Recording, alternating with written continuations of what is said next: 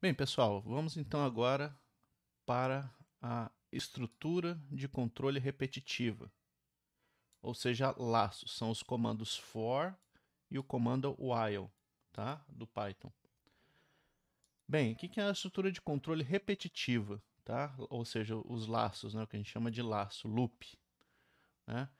Então isso aqui funciona da seguinte forma: imagina que você tem um comando que você tem que rodar ele 100, 200 vezes mudando um valor nele, né? Imagina que você quer avaliar uma função em 100 pontos e cada vez mudar o valor desse ponto. É para esse tipo de cenário que a gente usa essas estruturas de controle repetitivo. Elas vão ficar repetindo um código várias vezes, executando o mesmo código várias vezes e mudando o valor de variáveis. Tudo bem? Então a melhor forma de entender isso aí é testando um exemplo. Vamos usar esse exemplo aqui, ó. Eu vou escrever esse exemplo aqui, tá? Esse comando for, como ele funciona, e vamos ver o que ele está fazendo aqui, ó. Então, ó, for, tá? O for em português quer dizer para. A variável você vai colocar aqui, que vai mudar os valores dela, tá? Então, para k, for k, in. E agora você vai dizer aonde, quais os valores que essa variável vai assumir dentro desse for, tá? Range 12.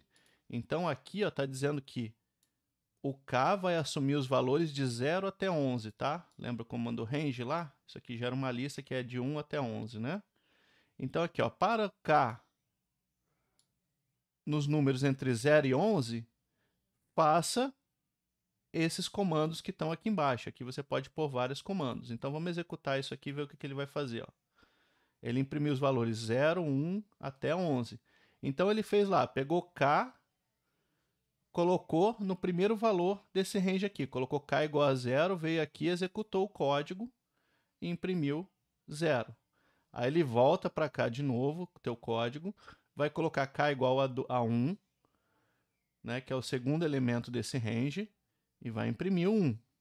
Né, vou chamar o print. E ele vai fazendo esse caminho várias vezes até acabarem aqui os elementos desse range. Né? Então, foi até o 11. Tudo bem? Então é basicamente isso que você faz. Aqui você pode trocar o nome da variável aqui, tá? Colocar, por exemplo, var1 aqui. E agora vira var1 aqui dentro do teu loop, né? E estou iterando na variável 1. Posso mudar o range aqui, vamos colocar até 100, por exemplo. Agora está indo do 1 até o 99, né? Posso, por exemplo, do 10 até o 20, né? Variável 1 está indo do 10 até o 20, executando 20 vezes o código. Posso colocar comandos aqui, ó, por exemplo, ó, vamos imprimir, tá? A variável 1 elevada ao quadrado. Né? Então, eu estou passando nesses valores, a variável 1 imprimindo ela ao quadrado, 10 vezes, tá? Uma para cada um elemento desse range. Né? Posso colocar o passo 2 aqui também. Deixa eu tirar o quadrado aqui. Então, tá iterando do 10 até o 20, passo 2 a 2, e gera para mim essas sequências. Tá ok? Posso iterar em listas, tuplas, tá? Em várias coisas, em strings. Então vamos fazer um outro exemplo aqui. Eu vou criar uma lista A que tem as palavras, essas palavras aqui, ó. Cat, spider e worm, tá? E vamos fazer o seguinte: for x em A, dois pontos, aí você vai ter que dar o enter, colocar a tabulação aqui ou 4 espaços, né? Tem que ter aqui a indentação certinho. E agora eu vou colocar os comandos. Então, ó, esse for, aqui eu vou colocar os comandos, tá? Então, como é que funciona? Esse for, ele vai pegar essa variável x e vai percorrer dentro dos elementos da lista A. Então, na primeira iteração, na primeira volta que ele vai dar aqui, x vai ser string cat. Na segunda volta, x vai ser string spider. Na terceira volta, x vai ser string worm. Ele vai executar esses comandos 3 vezes, uma para cada um dos elementos da tua lista. Mesma coisa que o comando range fazia. Lembra que o comando range gerava uma sequência de números, né? Então vou simplesmente dar um print na variável x, tá? E vou executar. Veja lá, ele imprimiu cat, né? Rodou a primeira vez, imprimiu cat, a segunda spider e a terceira worm. Então ele rodou 3 vezes esse comando que estava aqui. Tá? Outro exemplo aqui, né? Entender esse exemplo. Ele vai, o comando for, vai iterar a variável x nos valores dessa lista, então 3 iterações, né? E ele vai imprimir o texto, que é cat, e vai imprimir o comprimento do texto. Então, na primeira iteração, x é cat. Vai imprimir cat e length de cat, que é 3. Na segunda iteração, vai imprimir spider e o comprimento de spider, que é 6. E na terceira iteração, worm e o comprimento de worm, que é 4. Então, vamos executar. Está lá, imprimiu, né? Então, esse comando faz isso exatamente. Vamos ver mais um exemplo aqui. Outra forma de fazer a iteração, ó. Vamos lá. Outro exemplo aqui, tá? Ó. For i in range do comprimento de A, tá? Então, ó, esse length de A é o comprimento dessa lista, tá? Tem 3 elementos aqui. Então, o i vai assumir valores, né? Como é um range aqui, os valores 0, 1 e 2. Aqui eu estou iterando nos índices da lista. Então, na primeira iteração, o i vale 1, é 0. Na segunda iteração, o i vale 1. E na terceira iteração, o i vale 2.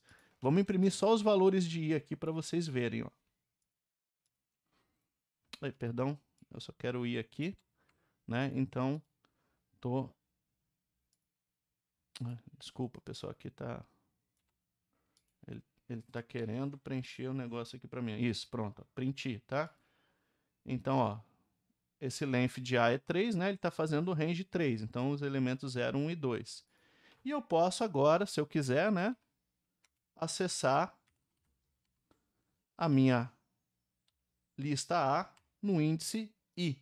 Então, na primeira iteração, ele vai imprimir o valor 0 e vai imprimir o valor cat, porque é a lista A acessada no índice I. Então, vai fazer isso 3 vezes, né? Na primeira iteração, ele imprimiu isso. Na segunda iteração, ele imprimiu o spider. E na terceira iteração, ele imprimiu o worm. Tá? Então, aqui eu estou iterando. O i está variando para 0, 1 e 2, que são os índices, né, da minha lista aqui.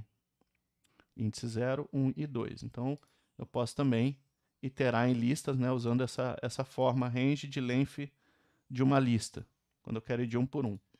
Tudo bem? Continuar. Próximo exemplo, né? Então, você pode iterar em listas heterogêneas, né? Então, aqui eu tenho uma lista que tem números e strings. E vou iterar com a variável item os elementos dessa lista. E vou imprimir elemento a elemento. Então, você pode ter várias coisas misturadas aí na tua lista, não tem problema, o for funciona, né? Só não posso fazer operações que comprometam aí a coisa. Posso iterar também dentro de string. Então, ó, for letra in string Python.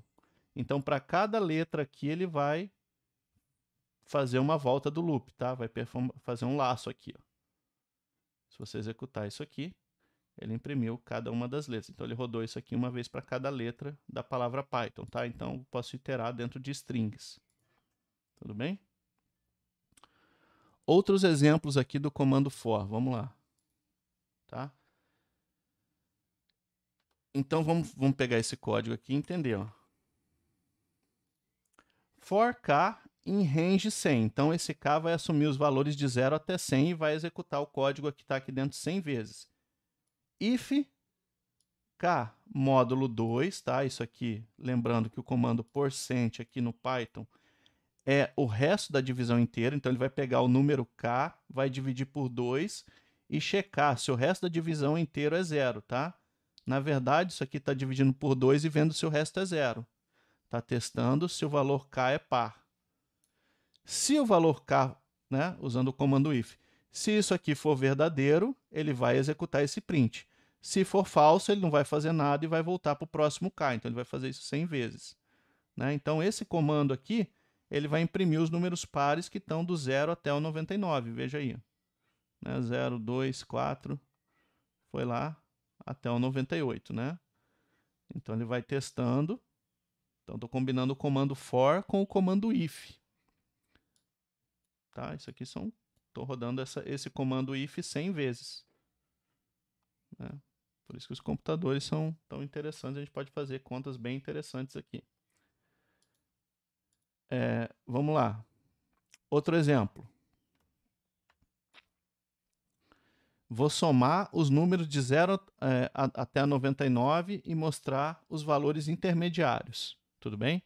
Então, eu vou criar uma variável que vai ser o acumulador. Vai começar com 0 esse acumulador. Aí, eu vou iterar o k dentro do comando for, tá? No range de 0 até 100 aqui, de 0 até 99. Então, ele vai rodar esse código aqui 100 vezes, né? Do 0 até o 99. Então, o que esse código faz? Ele pega o acumulador, que é essa variável que eu já defini, vai acumular nela, vai somar nela, né, mais igual, lembra o comando mais igual lá? O mais igual pega essa variável e adiciona essa, salvando, tá? Então, ele vai pegar o valor de k, que no caso era na primeira entrada é 0, pôr no acumulador, somar no acumulador, e vai imprimir o valor do acumulador e o valor de k atual, tá? Então, ele vai imprimir aqui a soma cumulativa e o valor de k, que é a iteração que a gente está dentro desse loop. Isso vai rodar 100 vezes. Tudo bem? Então, se a gente executar isso, ó, a primeira iteração, né? K igual a 0, acumulou o 0 mais 0 continua sendo 0, imprimiu 0 e 0 aqui. Agora, k vale 1. Então, no acumulador, eu vou somar 1. Tá? O acumulador agora vale 1 e k vale 1. Imprimir aqui. Terceira iteração, volto para cá. K igual a 2. O acumulador já valia 1. Estou somando 2 com 1. Vai dar 3. E o k vale 2. Está aqui, ó, 3 e 2. Volto para a próxima iteração. Tá? K igual a 3. O acumulador já tinha 3. Eu vou somar mais 3 nele aqui. Tudo bem? Vai dar 6. Vou imprimir. Vai dar 6 e a iteração 3. Então, ó, aqui ó, ele está somando os números inteiros, tá? No acumulador, o valor do acumulador, e aqui cada iteração está sendo impressa. No final das contas, né, se eu somar os números de 0 até 99, eu vou ter 4.950. Tá joia? Então, isso é bem interessante, que eu posso imprimir os valores. Né? Se eu quiser não imprimir em cada iteração, querer só o valor final dessa soma, eu posso modificar esse programa da seguinte maneira. Ó, eu só quero imprimir o valor no final. Vou fazer o for aqui e tirei aqui ó, do comando. Então, ele vai executar essas 100 contas e vai imprimir o valor do acumulador no final das 100 contas, né? Uma vez só. Então, olha lá, ele executou 100 vezes, somou os números e retornou a soma do 0 até o 99. Tá? Se eu colocar dentro do bloco de comandos aqui, né, ele vai imprimir 100 vezes. Desculpa, ó, tem que ser tab aqui. Ó. Desculpa, as tabulações não estão certas. Vamos ajustar. Tab e tab tem que estar alinhados. Agora sim. Né? Então aqui ele executou o comando print as 100 vezes. Né? E se eu tirar da indentação, quebrei o bloco de código, ele vai executar agora essas duas linhas aqui 100 vezes. E depois ele vai imprimir o print aqui, porque eu saí, quebrei a indentação, né? Quebrei o bloco. Então, veja aí. Então, veja que é muito rápido. Ó, somou os 100 primeiros números, né? Se eu quiser 1000 aqui, ele vai fazer rapidinho. Se eu colocar 10.000, ele vai fazer rapidinho. Se eu colocar 100.000, ele fez rapidinho. Se eu colocar 1 milhão, ele faz rapidinho. Se eu colocar 10 milhões, ele já começa a pensar um pouquinho. E se eu colocar 100 milhões de iterações, já demora um pouco mais, né? Então, depende do computador que está rodando, vai rodar mais rápido ou mais lento. Né? Mas imagina que ele rodou esse código, fez quantas somas aqui? 3, 100 milhões, né? Rodou aí 100 milhões de vezes esse código aqui, ó, e somou para a gente na memória, tá? Então o computador fez 100 milhões de operações aí. E aí começa a ficar lento lá nesse limite aí, né, de iterações. Então a gente pode fazer várias iterações, até 100 milhões, né? Então roda bem rápido. E aí depende do teu algoritmo, né? Você vai até onde você quiser aí. Então até 10 milhões, uma soma, ele faz praticamente instantâneo, né? Muito rápido. O comando for é muito rápido, tá, pessoal? Claro que se você tiver um comando aqui que for lento, ele vai ficar mais lento, né? Mas aqui só estou fazendo uma soma, é bem rápido. Né? Bem,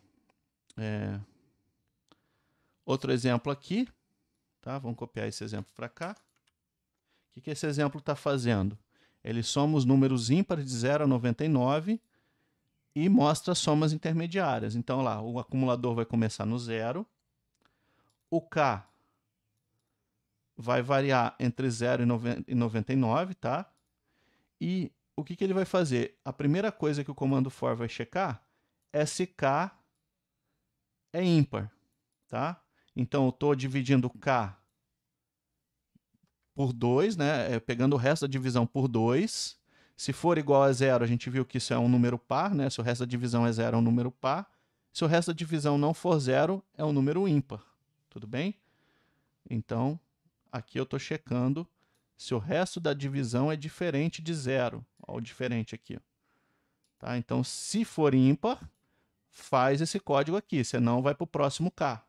Entendeu? Então, aqui, ó, ele vai pegar o K igual a 0 aqui. É ímpar? Não. Então, vai para o próximo. Ele não vai executar isso aqui e vai voltar para o for. Tá? Então, ele só vai executar esses códigos nos números que forem ímpares. Mas ele vai passar por todos os Ks aí.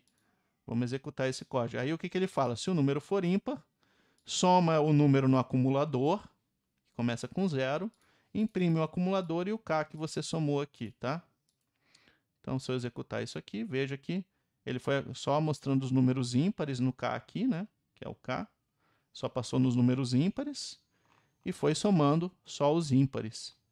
Tá? Então, a soma dos ímpares até 99, né? Incluindo 99, é 2.500. Beleza?